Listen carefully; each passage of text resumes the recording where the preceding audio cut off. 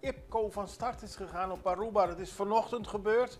U weet het, delegaties van de parlementen van Nederland, Curaçao, Aruba en Sint Maarten zijn bij elkaar op Aruba om te praten over allemaal zaken die het Koninkrijk aangaan.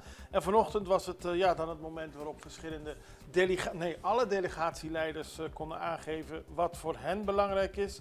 Er werd ook een presentatie gegeven over de recente ontwikkelingen op Aruba en recente ontwikkelingen in Nederland.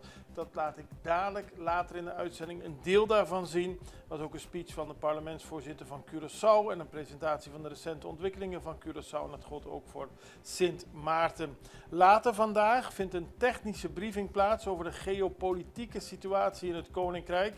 En dat is een besloten bijeenkomst. En vanmiddag wordt er gesproken over een balans tussen financiële sturing, toezicht en autonomie van de Caribische landen binnen het Koninkrijk.